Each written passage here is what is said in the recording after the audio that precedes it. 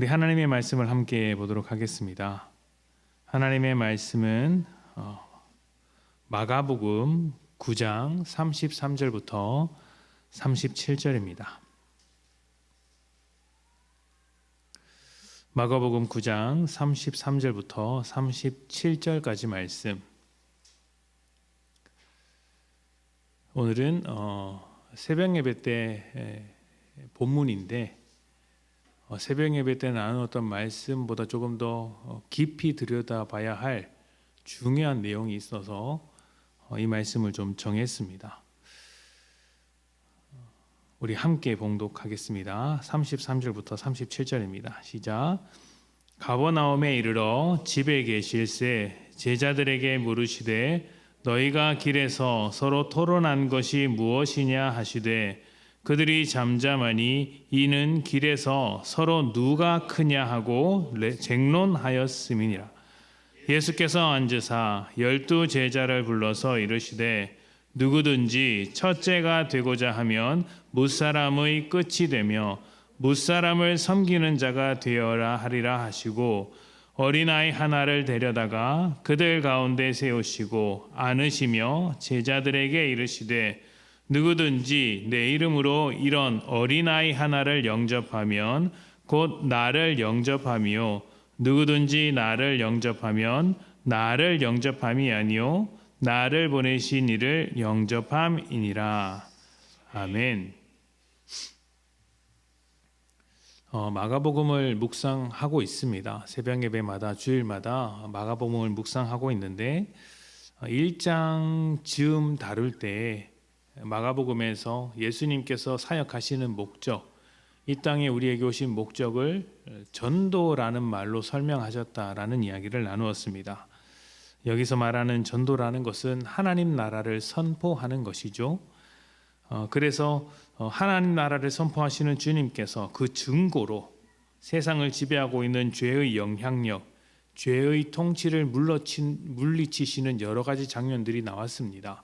귀신을 쫓아내신다든지 병든 자를 고치신다든지 죽은 자를 살리시는 것이죠.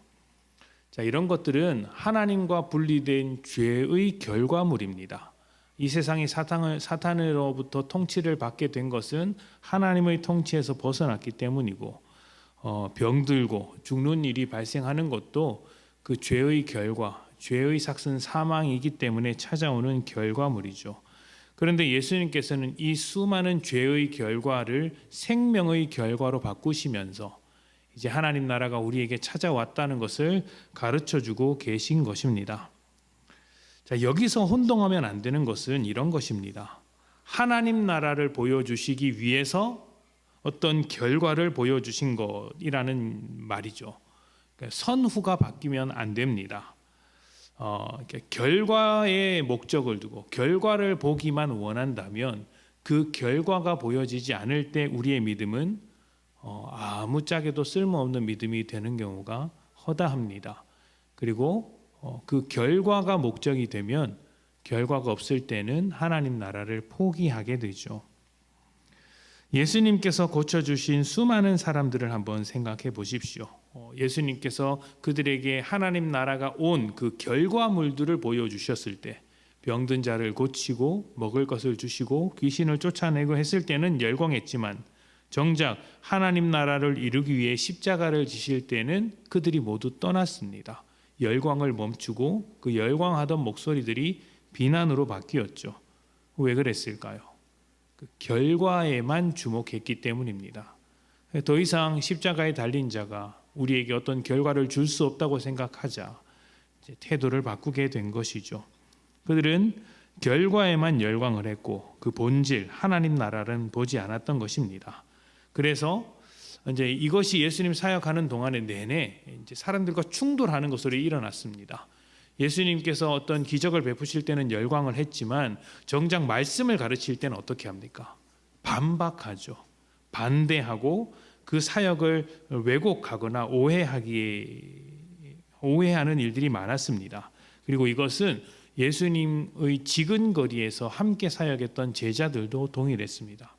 예수님의 이름으로 귀신을 쫓아내고 있음에도 불구하고 예수님께서 말씀하시는 그 의미를 곡해했고 왜곡했으며 이해하지 못했습니다. 하나님 나라의 본질에서 멀어진 삶을 살고 있었던 것이죠. 오늘은 바로 이 부분을 조금 더 자세히 들여다보기 위해서 오늘 본문을 정했습니다. 그리고 사실 성경 전체에서 제가 참 이제 중요하다고 생각하는 말씀이 여러 가지가 있는데 그 중에 하나가 있는 말씀입니다. 그러니까 처음이 끝이 되고 끝이 처음이 되는 그 이야기가 오늘 본문에 또 나오기 때문에 한 번은 좀 더 깊이 들여다 봐야 되겠다라는 생각을 좀 했습니다. 마가복음 9장 30절에서 32절 말씀을 좀 보도록 하겠습니다. 마가복음 9장 30절에서 32절.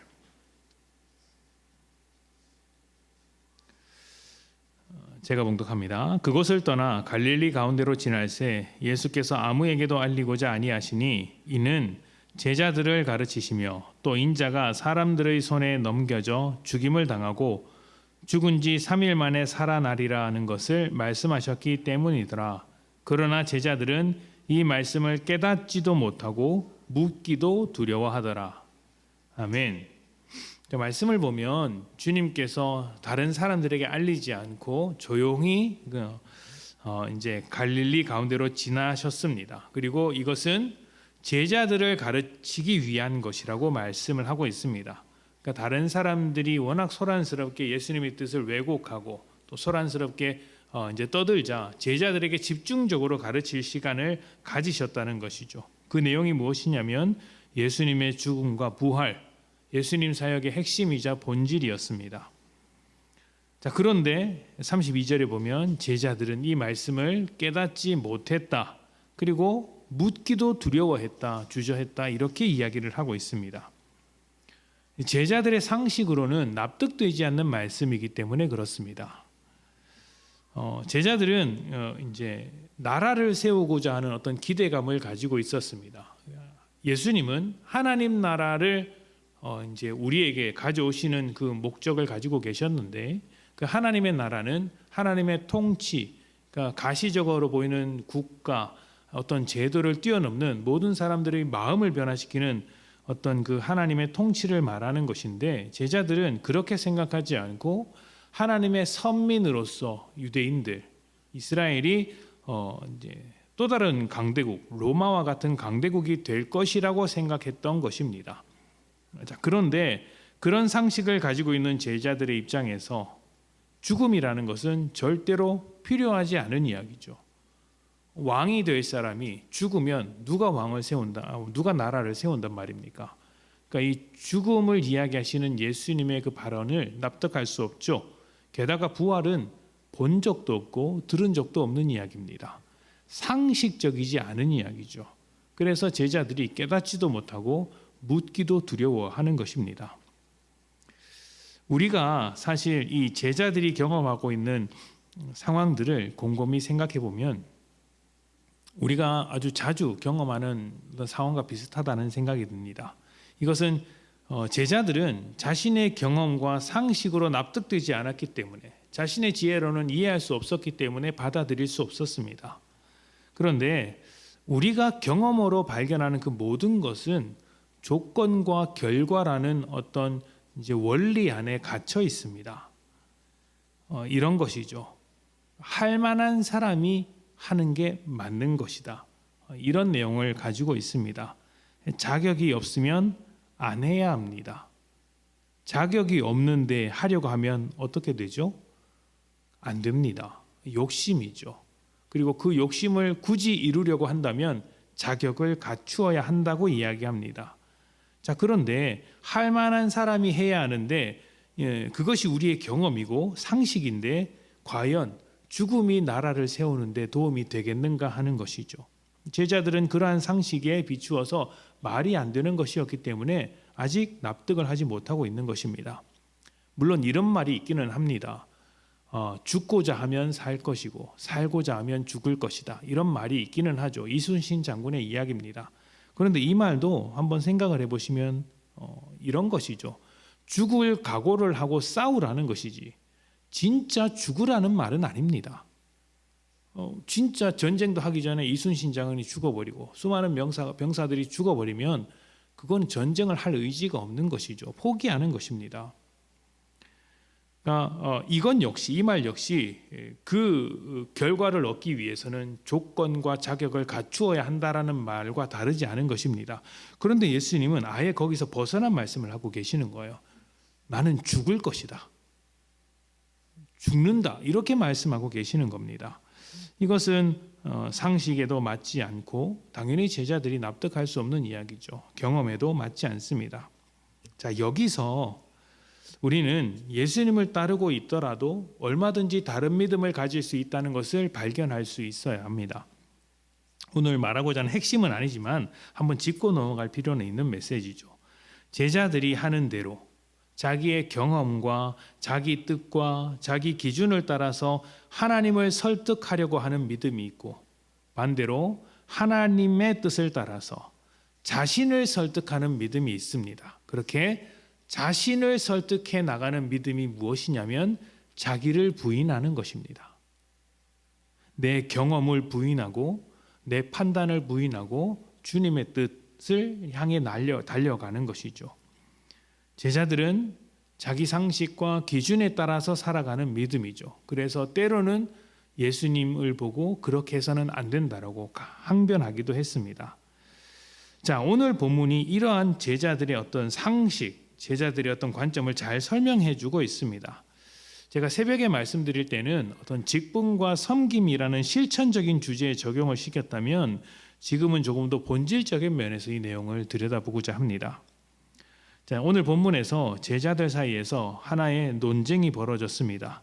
누가 크냐 하는 것이죠. 자, 이 논쟁이 왜 벌어졌는지 생각을 해보면 그 전에 예수님께서 몇몇 제자들을 데리고 산에 올라가신 사건이 있었기 때문입니다.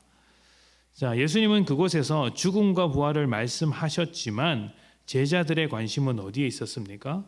예수님께서 사람의 손으로는 아무리 빨아도 이제 그렇게 만들 수 없는 이제 광채가 빛나는 모습, 그 하얗게 변한 모습을 이제 목격한 것이 제자들의 관심거리였습니다. 그래서 베드로가 내가 이곳에 초막 3개를 짓겠다. 기념비를 세우겠다. 하나는 예수님을 위해서, 하나는 모세를 위해서, 하나는 엘리야를 위해서 이렇게 이야기를 했죠. 예수님께서 그 말을 듣고 이제 이 너희가 본 것을 내려가서 말하지 말라. 내가 죽음과 부활을 해야 하는데 그때까지 말하지 말라고 하셨음에도 불구하고 그것을 제대로 이해하지는 못했습니다. 이게 도대체 무슨 말인가 했습니다. 그 전에 예수님께서 이제 말씀을 가르쳤던 것과 똑같은 반응을 보였던 것이죠. 자, 그리고 산에 내려왔습니다. 자, 말씀에는 없지만 여러분이 충분히 한번 생각해 보십시오. 제자들이 그 본 것을 자랑했을까요? 안 했을까요? 그러니까 성경에는 안 나와 있습니다. 안 나와 있는 것을 가타부터 말할 수는 없죠. 그런데 했다 안 했다 말을 할 수 없지만 그 분위기는 충분히 알 수 있을 것 같아요. 딱 3사람만 데리고 갔잖아요. 3사람만. 그러니까 그 제자들 사이에 어떤 말이 돌겠습니까? 겉으로 볼 때, 외부에서 볼 때 어떤 말을 할까요? 그 3사람이 예수님의 최측근으로 보일 수 있습니다. 만약 그런데 그런 상황에서 그 3명의 제자가 그렇게 했다는 건 아닙니다. 근데 거기에다가 이제 예수님께서 어떠한 모습으로 변화된 것을 봤다고 자랑하면 어떻게 될까요? 정말 측근인가 보다. 우리가 경험하지 못했던 것을 저들에게만 경험시켜 주셨구나라고 생각할 수 있겠죠. 이건 상상입니다. 상상입니다. 그러나 그 상상의 부분을 빼더라도 제자들 사이에서 누가 예수님의 측근인지, 왜 저 3명만 데리고 갔는지에 대한 이야기가 나올 수 있습니다. 그래서 바로 이 문제가 벌어지고 있는 거예요. 제자들 사이에서 누가 크냐, 누가 측근이냐, 누가 예수님과 가장 가까우냐를 가지고 논쟁이 벌어지고 있는 것입니다. 자, 그런데 여러분 한번 생각해 보십시오. 누가 크냐라고 따져 묻는 것, 이것을 논쟁하는 게 잘못된 일입니까? 상식적으로 생각을 해보십시오. 누가 크냐라고 말하는 게 그렇게 잘못된 것입니까? 사실 여러분 이건 어디서나 하는 일입니다. 이렇게 한번 생각을 해보시죠. 기업에서 이제 실적에 따라서 성과급을 줍니다. 자, 그런데 성과가 있는 사람이나 없는 사람이나 똑같이 성과급을 주면 그게 잘하는 것입니까? 기여도에 따라서 실적에 따라서 성과급을 주죠. 만약 일괄적으로 모든 사람에게 똑같이 성과급을 준다면 회사에 막심한 손해를 입힌 사람과 회사에 막대한 그 수익을 안긴 사람을 똑같이 평가해서 똑같은 성과급을 준다고 하면 이제 막대한 수익을 준 사람 입장에서는 너무 불공정하다, 상식에 어긋난다라고 말하지 않겠습니까? 그래서 뭘 해야 합니까? 누구의 성과가 크냐 이걸 따져야 되는 거예요. 학교도 그렇습니다. 성적을 다 똑같이 주지 않습니다. 출결에 따라서 시험 결과에 따라서 다르게 줍니다. 그래서 누가 큰지 작은지를 따져야 합니다. 이거 굉장히 상식적인 일입니다.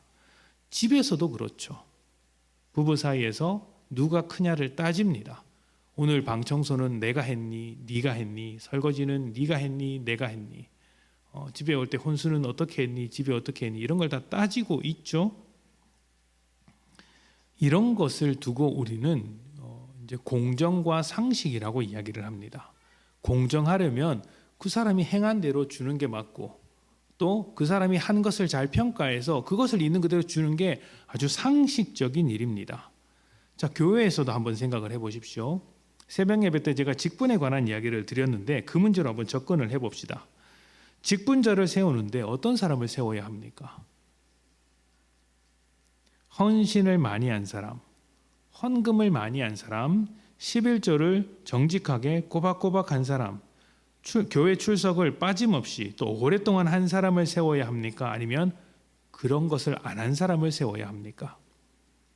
공정하게, 상식적으로 한번 생각해 보십시오. 많이 한 사람을 세우는 게 공정하고 상식적인 일입니다. 그건 잘못된 게 아니에요. 성경에도 그와 같은 기준이 있습니다. 그러니까 가정을 잘 돌보고 교회 일에 앞장서고 사람들에게 좋은 평가를 받고 이런 내용들이 없지 않아 있습니다. 그 제자들이 누가 크냐를 따지고 있는 것도 그러한 맥락에서 이해를 해야 돼요. 너무 당연한 일이에요.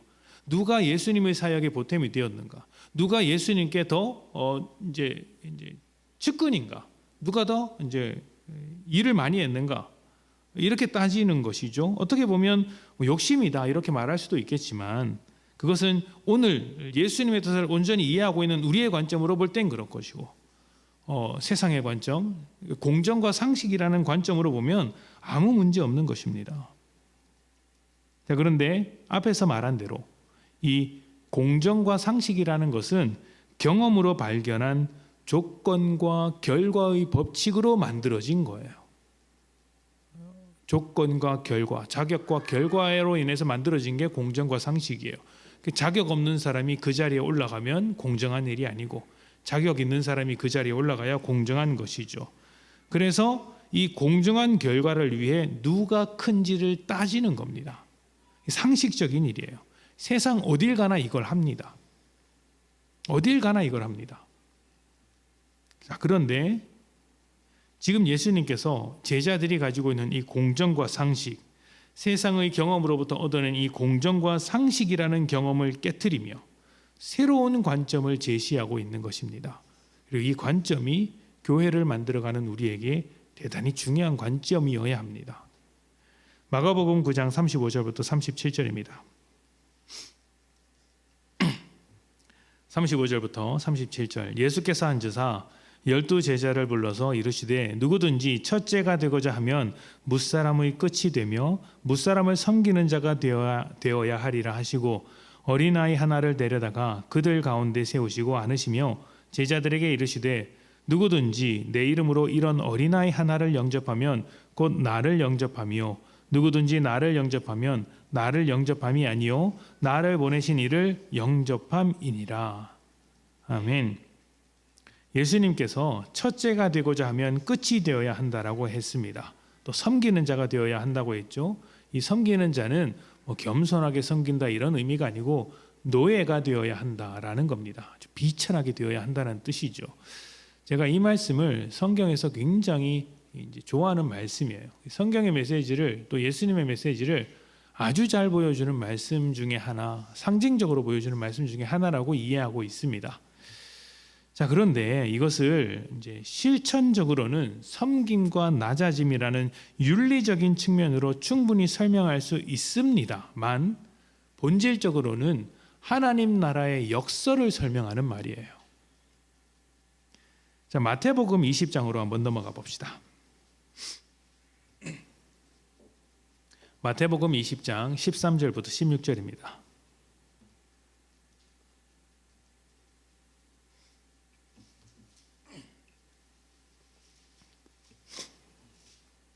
(13절부터) (16절까지) 말씀 제가 봉독합니다. 주인이 그 중에 한 사람에게 대답하여 이르되 친구여 내가 네게 잘못한 것이 없노라. 내가 나와 한 데나리온의 약속을 하지 아니하였느냐. 내 것이나 가지고 가라. 나중 온 이 사람에게 너와 같이 주는 것이 내 뜻이니라. 내 것을 가지고 내 뜻대로 할 것이 아니냐. 내가 선함으로 내가 악하게 보느냐. 이와 같이 나중된 자로서 먼저 되고 먼저 된 자로서 나중되리라. 아멘. 자, 마가복음에서 이제 첫째가 되고자 하는 사람은 끝이 되어야 한다는 말씀과 먼저 된 자가 나중된다, 이 말은 같은 말입니다. 같은 말이에요.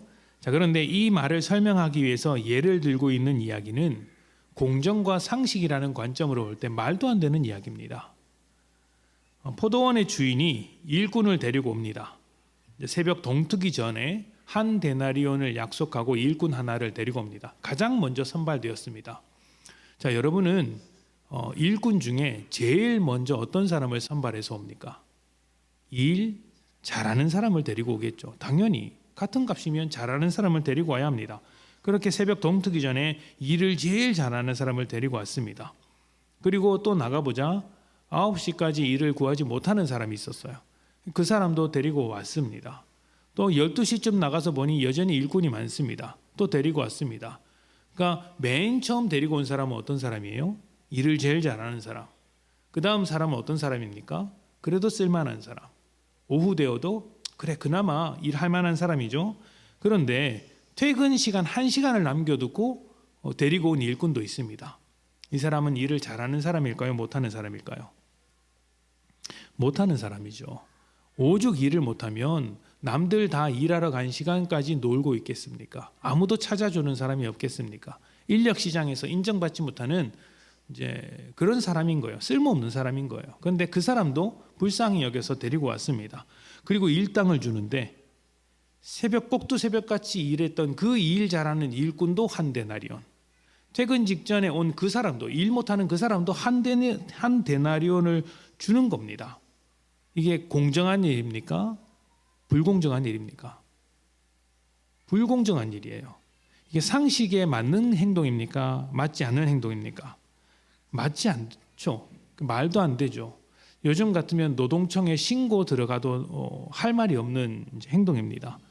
그런데 주인이 뭐라고 하냐면 내 걸 내 마음대로 했다. 네가 무슨 상관이냐? 이렇게 이야기를 하는 겁니다. 이게 이제 어떻게 보면 굉장히 무례하고 상식적이지 않은 행동인데 또 다르게 해석하면 나의 기준은 네가 말하는 공정과 상식 위에 있다라고 말하는 것일 수가 있어요. 내가 지금 보는 것은 네가 말하는 그 공정과 상식 위에 있는 것이다라는 것이죠. 그게 뭐냐면 은혜입니다. 긍휼이고 자비고 사랑이죠. 자, 여기서 핵심은 그래서 우리는 포도원의 주인은 하나님이십니다. 우리는 일꾼이에요. 우리는 어떤 일꾼인가 하는 게 핵심인 겁니다. 어떤 일꾼입니까? 새벽에 동트기 전에 데리고 온 사람처럼 쓸만한 일꾼일까요? 아니면 퇴근 직전에 데리고 온 쓸모없는 일꾼일까요? 이 둘 중에 우리는 어떤 사람이죠? 쓸모없는 죄인이라는 것입니다. 그리고 하나님은 그 쓸모없는 사람을 데리고 일을 시킨 주인처럼 우리에게 자격을 묻지 않고 은혜를 주시는 분이다라는 이야기를 하고 있는 겁니다. 공정과 상식으로 설명할 수 없죠. 사랑과 은혜로만 설명할 수 있는 것입니다. 자, 그러면 여기서 늘 이렇게 질문을 하시는 분이 계세요. 그러면 누가 쓸만한 일꾼입니까? 이렇게 묻는 분이 계세요. 없습니다. 한 사람도 없습니다. 모든 사람이 죄인이기 때문이죠. 물론 예수님 당시에, 지금도 있을지 모르겠지만, 나는 쓸모 있는 사람이야, 나는 의로운 사람이야, 나는 죄인이 아니야 라고 말했던 사람들이 있습니다. 바리새인이 그랬고, 서기관이 그랬고, 대제사장 무리가 그랬습니다. 그러나 그들도 똑같이 죄인이라고 예수님께서 말씀하셨습니다. 쓸만한 일꾼, 의로운 사람은 없습니다. 모두 은혜와 사랑이 필요한 것이죠. 그 말씀이 이 말씀에 담겨 있는 것입니다. 너희가 생각하는 공정과 상식을 완전히 뒤집는 새로운 원리가 우리에게 찾아왔다. 그게 사랑과 은혜의 원리다. 먼저 된 자가 나중될 수도 있는 것이고 나중된 자가 먼저 될 수도 있다라는 것이죠. 오늘 본문에서 이와 관련해서 어린아이를 영접하는 이야기가 나오는 것도 같은 맥락입니다. 자, 어린아이는 부모에게 있어서는 사랑스러운 존재입니다만 밖에 나가면 골치 아픈 거예요. 보십시오. 지금 예배 드리는데 지들끼리 신나서 떠들고 잘 놀면 그나마 다행인데 한 놈은 성질 부리고 다른 사람은 안 놀아주고 자기들 마음대로지 않습니까? 오죽하면 제가 놈이라고 하겠습니까? 제가 성도님들에게 놈이라고 안 합니다. 애들한테 놈이라고 하죠. 문제투성이이기 때문에 그렇습니다. 아이들을 밖에 보내면 어떤 마음이 듭니까? 항상 걱정이 되죠. 문제를 일으키지 않을까? 아니면 문제를 당하지 않을까? 어떤 문제가 일어날지 몰라서 위험을 느껴서 가급적이면 부모와 같이 나가고 아니면 집안에 두려고 합니다. 어리석죠. 어린이라는 뜻이 어리석은 존재라는 뜻이라고 제가 기억하고 있습니다. 어리석은 거예요. 특히 오늘날은 그래도 그나마 어린이의 인권을 잘 이렇게 이제 생각해 주는데 고대 사회에서는 이 어린아이들을 더욱더 가치 없는 존재로 평가했습니다. 무능력의 상징이죠. 사실 아이들은 기본적으로 뭘 해야 할지, 뭘 하지 말아야 할지 알지 못합니다.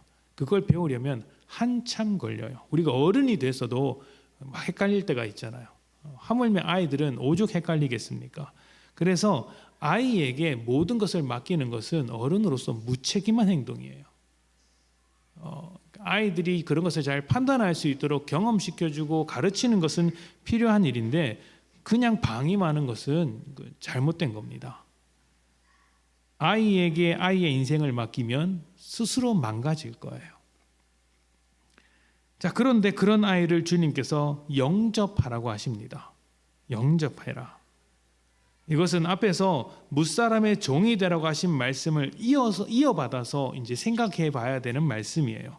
무능력하고 문제투성이며 쓸모없는 그 어린아이를 영접할 정도가 되라는 것입니다. 이게 무슨 말인지 아십니까?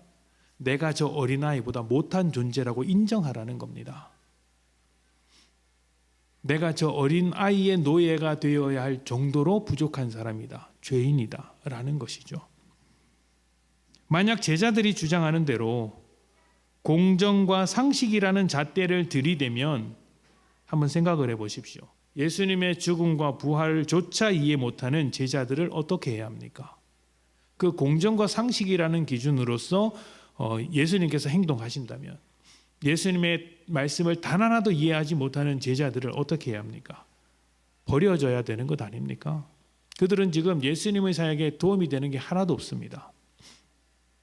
버려져야죠. 죄인들은 어떻게 해야 합니까? 버려져야죠. 그게 결과에 조건과 자격에 따른 결과, 공정과 상식 아닙니까? 역설이죠. 예수님께서 뭐라고 하셨습니까? 그 어린아이를 영접하는 것, 다시 말하면 그 어린아이보다 못한 죄인이라는 것을 영접하면 나를 영접한다라고 말씀하셨습니다.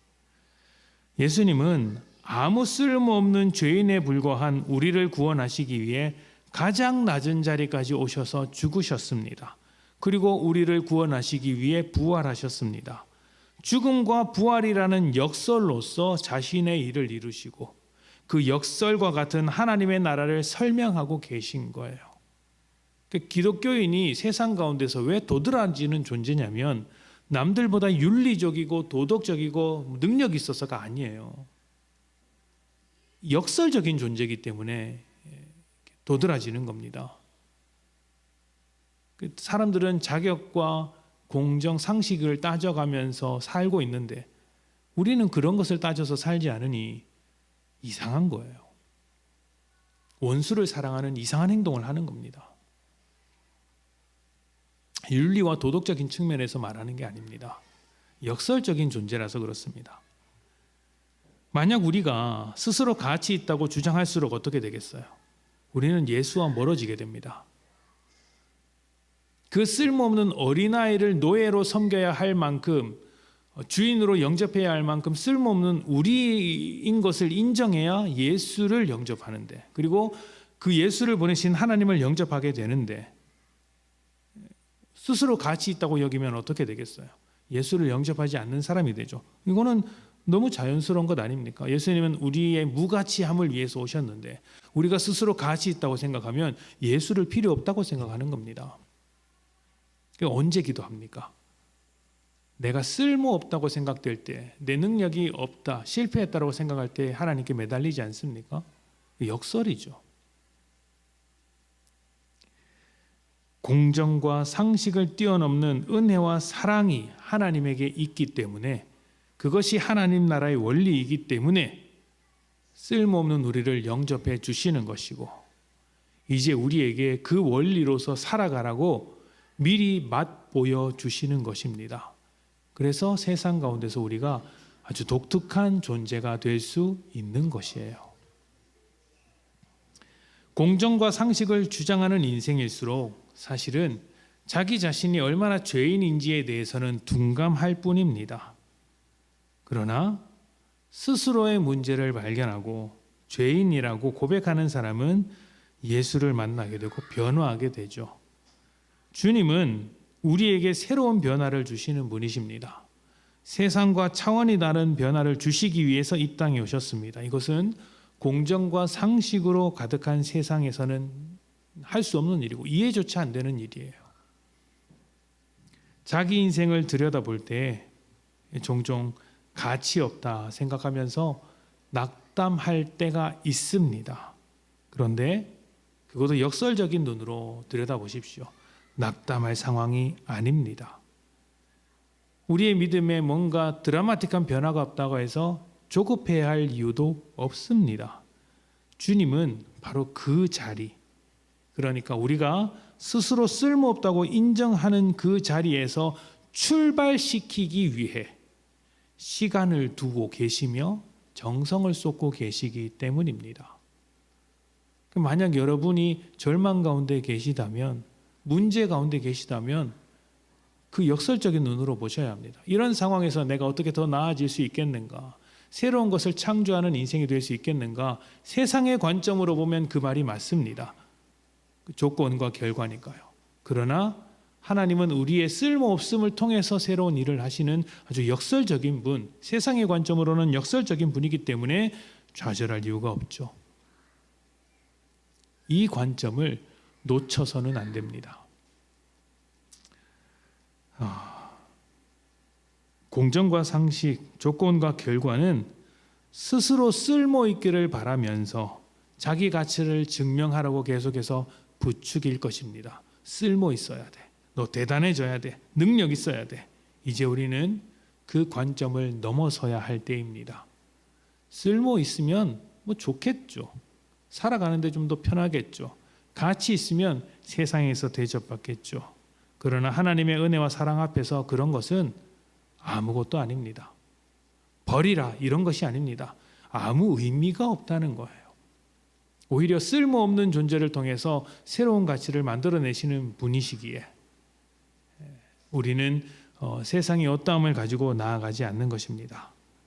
은혜와 사랑이 이 세상의 모든 것을 역설적으로 뒤바꿔 놓는 우리만이 가질 수 있는 관점이라는 것을 기억하시고, 오늘 이 말씀을 잘 기억하셔서 세상에서 도드라지는 믿음, 오직 교회다운 성도, 성도다운 교회를 만들어가는 복된 성도님들이 되시기를 축복합니다. 우리 함께 기도합시다.